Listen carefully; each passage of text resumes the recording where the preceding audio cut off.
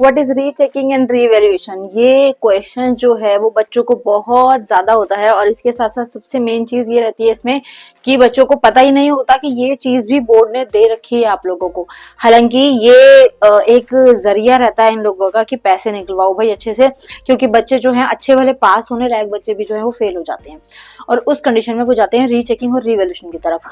अब ये होता क्या है, इससे फायदा क्या होता है, क्या ये एक्चुअली में वर्क करता है या नहीं करता, इस तरीके के बहुत सारे क्वेश्चन जो है वो दिमाग में आ रखे होंगे। तो मैं वन बाय वन सारे क्वेश्चन को क्लियर करती हूँ आप लोगों का, तो ध्यान से चीजों को सुनना, और जो भी नॉर्मली आप लोगों के दिमाग में डाउट उठते हैं उनको कमेंट सेक्शन में लिखना। Okay, so myself Kusum and welcome to our channel basic Gyan के। सबसे first of all I will talk about rechecking and revolution. So what is this? First of all, when you give your board exams, after that result will come. Okay, जब result आता है then in any of subject if you are not satisfied with any of subject mark, कि आप subject से satisfied नहीं है कि यार मैंने पेपर तो मतलब अच्छा किया था, 70 प्लस 75 प्लस मार्क्स आने थे, but you got only 35 40 45 50, but you are not satisfied still, so what you will have, तो आप उस ऑप्शन के अंदर जा सकते हो, आप रीचेकिंग या रिवैल्यूएशन के अंदर जा सकते हो। अब बच्चों के दिमाग में ये क्वेश्चन आता है कि मैम इससे फायदा क्या होता है और क्या ये हर कोई बोर्ड स्टूडेंट कर सकता है?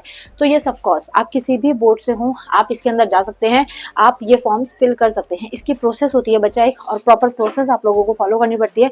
लाइक जब आप बोर्ड के एग्जाम्स देते हो उसके बाद में रिजल्ट आता है, एंड रिजल्ट के बाद में आपको थोड़ा सा बस इस चीज का ध्यान रखना होता है, when result will come after that after an week इसके फॉर्म्स जो है वो निकल जाते हैं। ओके, और फॉर्म निकलने के बाद में you will fill the form online.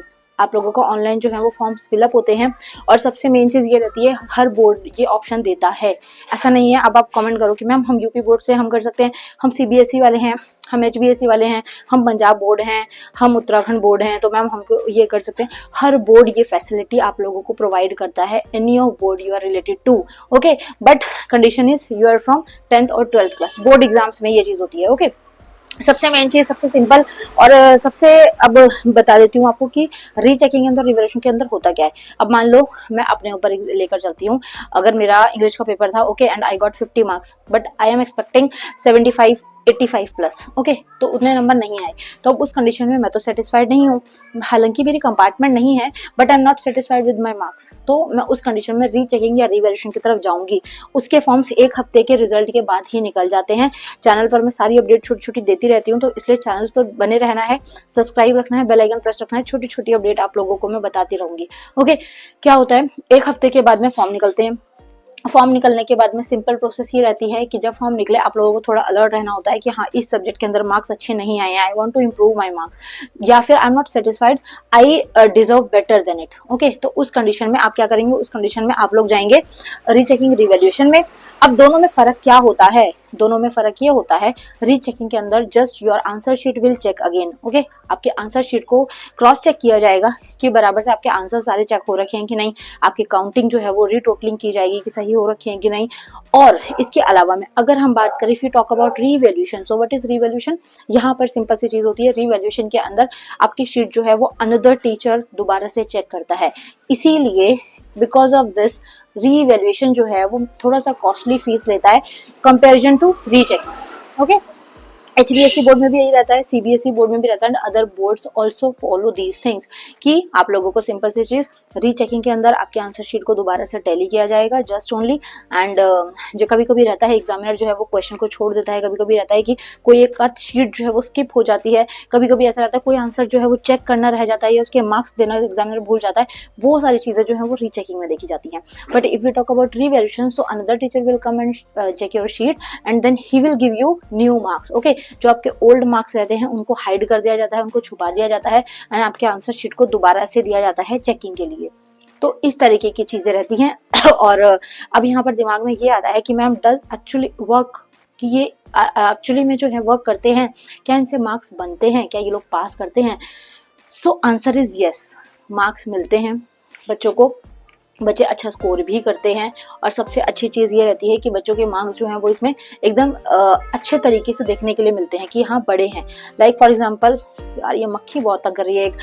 सबसे पहले for example first of all कि मान लो कि बच्चे ने पेपर अच्छा किया है और वो अपने मार्क्स से सेटिस्फाइड नहीं है। एक होता है ना कि हमारे अंदर का दिमाग जो है वो खुद बोलता है यार इतने नंबर का पेपर, बस मैंने तो इतना अच्छा पेपर किया था, इतने गंदे नंबर आए हैं।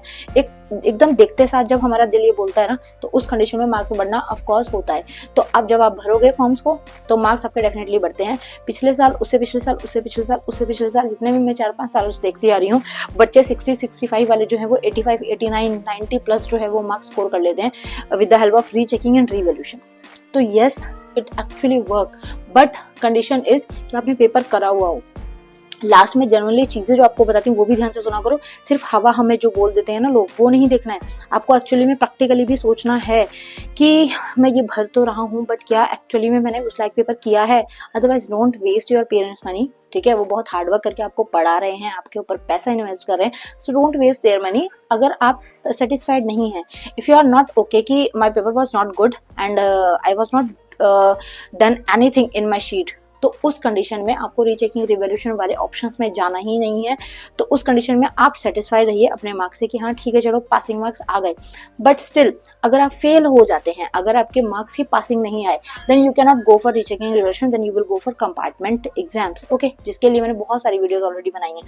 तो आई होप ये चीज़ आपको समझ आई होगी।